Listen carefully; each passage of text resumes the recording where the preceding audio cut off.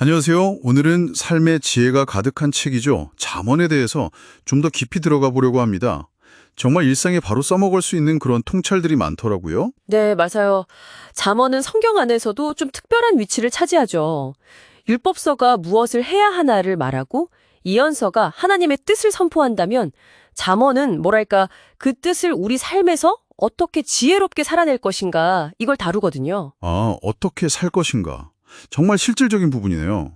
신앙이 그냥 머리로만 아는 게 아니라 진짜 내 삶의 모든 영역에 스며들어야 한다는 걸 보여주는 것 같아요. 그렇죠. 신앙과 삶이 분리되지 않도록 그 구체적인 연결고리를 제공하는 책이라고 할 수 있습니다. 좋습니다. 그럼 오늘 이 시간을 통해서 잠언이 우리에게 주는 그 핵심 지혜가 뭔지, 그리고 그게 오늘을 사는 우리에게는 또 어떤 의미가 있는지 좀 명확하게 같이 이야기 나눠보면 좋겠습니다. 자, 그럼 먼저 잠언하면 역시 딱 떠오르는 인물이 있잖아요. 네, 솔로몬 왕이죠. 네, 지혜의 왕 솔로몬. 성경에도 보면 솔로몬의 잠언이라고 명시된 부분들이 꽤 있고요. 그런데 이 솔로몬의 지혜가요, 그냥 우리가 생각하는 똑똑함, IQ 높은 거랑 좀 다른 개념이라고요. 아, 네, 그 점이 아주 중요합니다. 솔로몬의 지혜는 단순히 개인적인 명석함이나 문제 해결 능력을 넘어서는 거예요.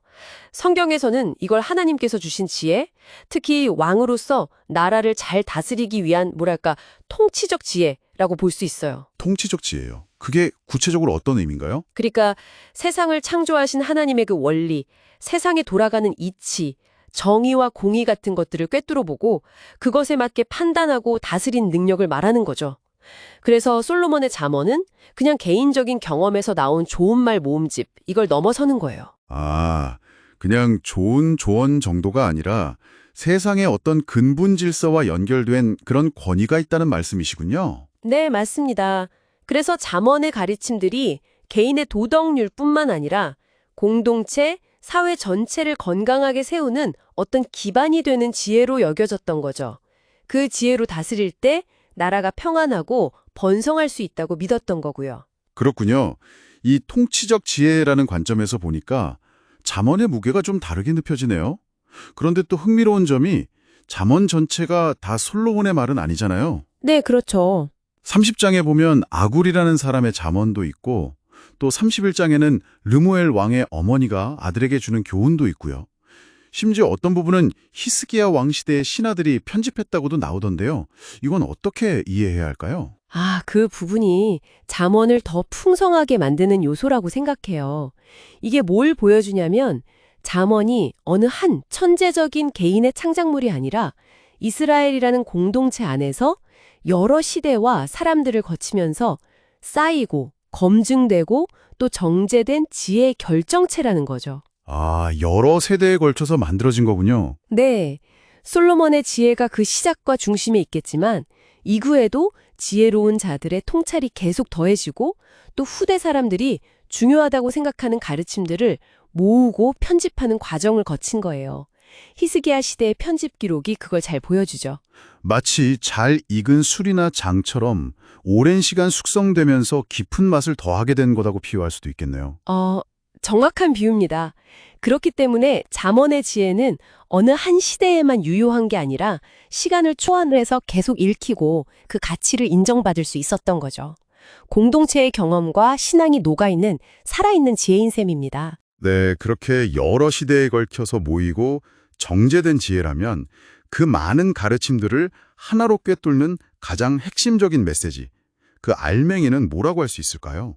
그건 아마 잠언을 조금이라도 읽어보신 분들은 다 아실 만한 구절일 텐데요. 바로 여호와를 경외하는 것이 지혜의 근본이다 또는 지식의 근본이다 이 말씀이죠. 아, 정말 유명한 구절이죠. 잠언 1장 7절에도 나오고 9장 10절에도 반복되고요. 근데 여기서 경외한다는 게 정확히 어떤 의미일까요? 그냥 하나님을 무서워하는 건 아닐 것 같은데요. 네, 맞아요. 많은 분들이 경외라고 하면 뭔가 벌벌 떠는 공포를 생각하기 쉬운데 성경에서 말하는 경외는 그런 부정적인 두려움과는 거리가 멉니다. 오히려 그 반대에 가까워요. 반대라면요? 이건 하나님이 얼마나 위대하시고 선하시고 또 지혜로우신 분인지를 깊이 깨닫는 데서 오는 뭐랄까 경탄과 존경심에 가까워요. 그분의 권위와 질서를 인정하고 내 삶의 주인이 내가 아니란 바로 하나님이심을 고백하는 겸손한 태도죠. 아, 하나님을 제대로 알고 그분 앞에서 나 자신을 낮추는 태도군요. 그렇죠. 그리고 그분의 말씀과 뜻에 기꺼이 순종하려는 마음까지 포함하는 겁니다. 그러니까 경회는 하나님과의 올바른 관계 설정인 거예요. 이 관계가 제대로 서야 거기서부터 모든 참된 지혜와 지식이 흘러나온다는 거죠.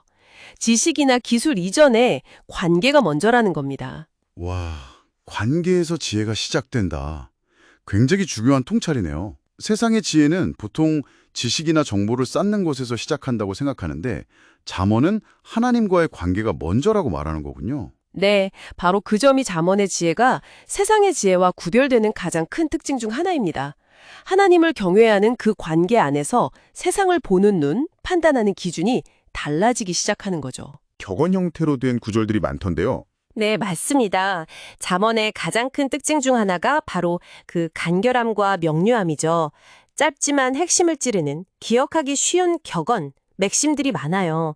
그리고 이걸 효과적으로 전달하기 위해서 아주 독특한 문학적 기법을 즐겨 사용합니다. 문학적 기법이요?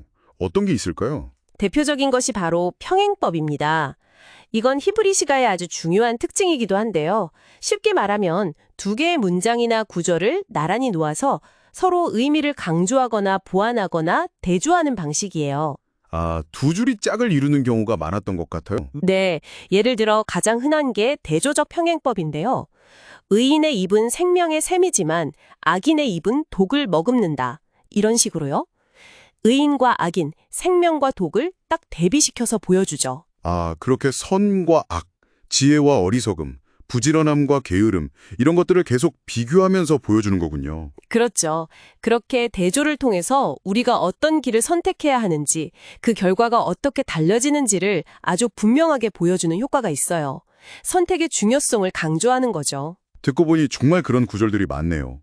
또 다른 평행법도 있나요? 네, 비슷한 내용을 다른 표현으로 반복해서 강조하는 동의적 평행법도 있고 앞구절의 내용을 뒷구절이 좀 더 발전시키거나 설명하는 종합적 평행법 같은 것도 있어요. 이런 다양한 평행법을 통해서 잠언은 그 메시지를 더 깊고 풍성하게 전달하는 거죠. 그리고 또 하나 인상적이었던 건 잠언 앞부분, 특히 1장에서 9장까지 보면 지혜 자체를 마치 사람처럼 특히 여성으로 의인화해서 표현하잖아요. 지혜 여인이 길거리에서 우리를 부르는 모습 같은 거예요. 이건 어떤 의미가 있을까요? 아, 그 지혜 여인의 의인화는 정말 잠언의 백미 중 하나라고 할 수 있습니다. 아주 중요한 문학적 장치이자 신학적인 메시지를 담고 있어요. 오, 신학적인 메시지요? 네.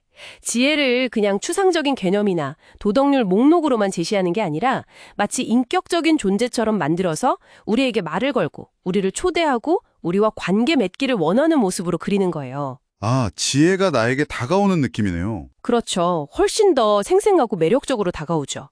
지혜가 단순히 우리가 노력해서 얻어야 하는 어떤 딱딱한 기술이 아니라 근본적으로는 하나님께서 우리에게 주시는 선물이고 또 하나님의 창조 질서 안에 이미 내재되어 있는 살아있는 원리라는 것을 시적으로 보여주는 겁니다. 와, 그렇게 보니까 지혜가 정말 인격적으로 느껴지네요.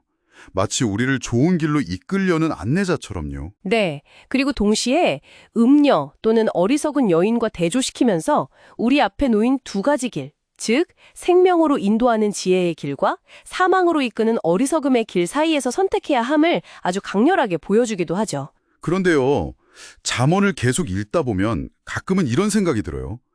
의롭게 살면 복을 받고 악하게 살면 벌을 받는다. 이런 공식처럼 느껴질 때가 있거든요. 예를 들어 성실한 자는 부하게 된다거나 정직한 자는 형통한다는 식의 말씀들이요. 네, 그런 말씀들이 분명히 있죠. 그런데 솔직히 우리 현실을 보면 꼭 그렇지만은 않은 경우도 많잖아요. 정말 착하고 의롭게 살려고 애쓰는데도 계속 고난을 당하는 사람도 있고 반대로 악한 것 같은데도 떵떵거리면서 잘 사는 사람들도 보이고요. 잠언의 가르침과 현실 사이에 좀 괴리가 느껴질 때가 있어요. 아주 중요한 질문이십니다. 그 부분을 정확히 짚으셨어요. 잠언은 분명히 행위, 결과, 원리, 즉 선한 행동은 대체로 좋은 결과를 가져오고 악한 행동은 대체로 나쁜 결과를 가져오는 경향이 있다는 것을 가르칩니다. 이게 잠언 지혜의 기본적인 틀이에요. 네, 그 기본적인 틀이 있다는 건 알겠는데. 그런데 중요한 건 이것이 절대적인 법칙이나 기계적인 공식은 아니라는 점입니다. 잠언이 말하는 것은 뭐랄까, 일반적인 경향성 혹은 확률적인 진리에 더 가까워요. 확률적인 진리요? 네.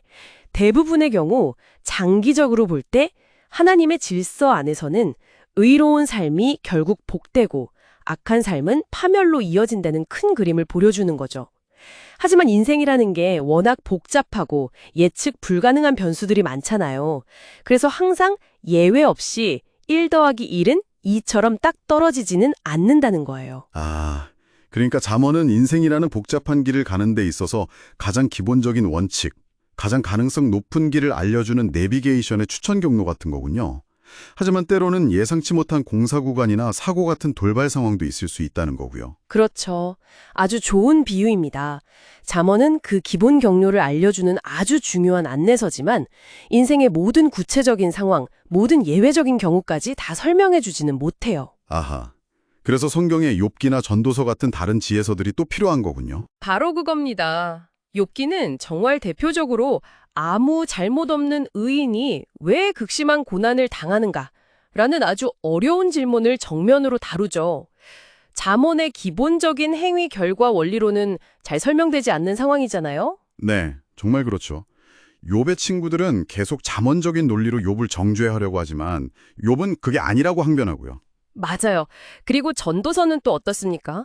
세상에서 우리가 추구하는 모든 것들, 부, 명예, 쾌락, 심지어 지혜조차도 결국에는 헛되고 헛되다고 말하면서 인생의 근본적인 허무함과 하나님의 주권이라는 더 큰 차원을 보게 하죠. 아, 그러니까 잠언이 삶의 일반적인 원리와 질서를 가르쳐준다면 욥기나 전도서는 그 원칙이 깨져 보이는 예외적인 상황들, 또 인간 이성으로는 다 파악할 수 없는 삶의 더 깊은 신비와 복잡성을 다루면서 잠언을 보완해 주는 거군요. 네, 그렇습니다. 이 지혜서들을 함께 읽을 때 우리는 훨씬 더 균형 잡히고 깊이 있는 지혜의 관점을 갖게 되는 거예요. 삶의 보편적인 원리도 배우지만 동시에 설명되지 않는 고난이나 이해할 수 없는 일들 앞에서도 좌절하지 않고 결국 이 모든 것을 아우르시는 하나님의 더 크신 지혜와 섭리를 신뢰하는 법을 배우게 되는 거죠. 와, 설명을 듣고 나니 잠언과 다른 지혜서들의 관계가 명확해지네요. 결국 잠언은 삶의 가장 기본적이면서도 중요한 지혜를 담고 있는 거군요. 특히 제가 인상 깊었던 건 그 지혜가 굉장히 실용적이라는 점이에요. 네, 맞습니다. 그게 잠언의 또 다른 매력이죠. 앞에서 말씀하신 하나님을 경외하는 것이라는 큰 원리가 그냥 추상적인 구호에 머무는 게 아니라 아주 구체적인 삶의 영역들로 바로 연결되잖아요. 예를 들면 말을 조심하는 것. 말이 많으면 허물을 면하기 어려우나 그 입술을 제어하는 자는 지혜가 있느니라. 그렇죠. 혀를 다스리는 문제에 대해 잠언은 정면을 많이 강조합니다. 관계를 세우기도 하고 무너뜨리기도 하는 말의 힘을 잘 알았던 거죠. 또 친구 관계는 어떻게 맺어야 하는지, 재물은 어떻게 관리해야 하는지, 게으르지 않고 성실하게 일하는 것의 중요성 등등. 정말 우리 일상생활과 밀접한 조언들이 가득해요. 핵심을 잘 보셨어요. 잠언은 지혜가 저 하늘 위에 뜬구름처럼 있는 게 아니라 바로 지금 여기 우리의 매일매일의 선택과 행동 속에서 구체적으로 드러나야 하는 삶의 기술, skillful living이라는 것을 계속해서 강조합니다. 삶의 기술이요? 네. 하나님을 경외하는 믿음이 있다면 그 믿음이 당연히 내가 사람들과 어떻게 관계를 맺는지, 내가 내 시간과 재능과 재물을 어떻게 사용하는지, 내가 어떤 말을 하고 어떤 행동을 하는지로 나타나야 한다는 거죠. 신앙과 삶이 하나로 통합된 지혜를 보여주는 겁니다. 아, 결국 잠언은 하나님을 경외하는 마음으로 시작해서 그 마음이 우리의 일상 구석구석에 어떻게 구체적으로 스며들어야 하는지를 보여주는 실천적인 안내서라고 할 수 있겠네요. 정확합니다.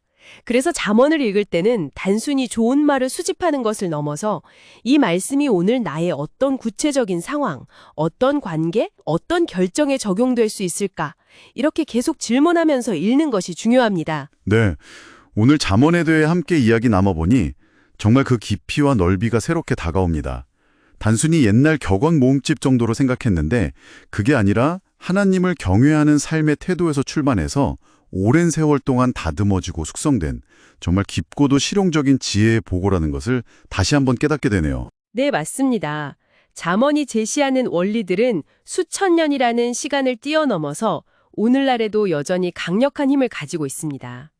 어쩌면 점점 더 복잡해지고 가치관이 혼란스러운 이 시대를 살아가는 우리에게 더욱 분명하고 흔들리지 않는 도덕적 기준과 삶의 방향을 제시해 줄 수 있을 거예요. 그렇죠. 어떤 상황에서 어떻게 판단하고 행동해야 할지 막막할 때 잠언의 지혜가 좋은 길잡이가 되어줄 수 있을 것 같습니다. 네, 마지막으로 여러분께 이 질문을 한번 던져보고 싶습니다.